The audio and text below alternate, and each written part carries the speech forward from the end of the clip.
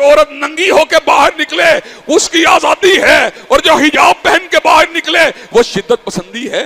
अपनी मर्जी की जिंदगी का नारा कहां है यार? शराब है ये धोखा, ये मगरबी अफकार जो बंठन सवर के निकले वो आजादी का इश्तिहार, और निकाब की सदा है जेलें या तख्तेदार। हजरात गिरामी कदर, ये सब बकवासियात है, ये सब झूठ है, ये सब वराड है, ये सब धोखेबाजी है, ये सब हुस्नमा किस्म के झूठे और पुरफरेब नारे हैं। अल्लाह के फजलो करम से हम भी आईन पसंद हैं, जमहूरियत पसंद हैं, हम भी आवाम की आरा का एहतराम करने वाले हैं, हम भी इदारों का जो है उनकी कलेक्टिव राय का एहतराम करने वाले हैं। लेकिन हम इस बात को कुरान और सुन्नत की इत्तिबा के साथ मशरूत करते हैं। जब तक कुरान और सुन्नत की इत्तिबा के साथ ये चीजें जुड़ी हुई हैं हम हर चीज का एहतराम करेंगे।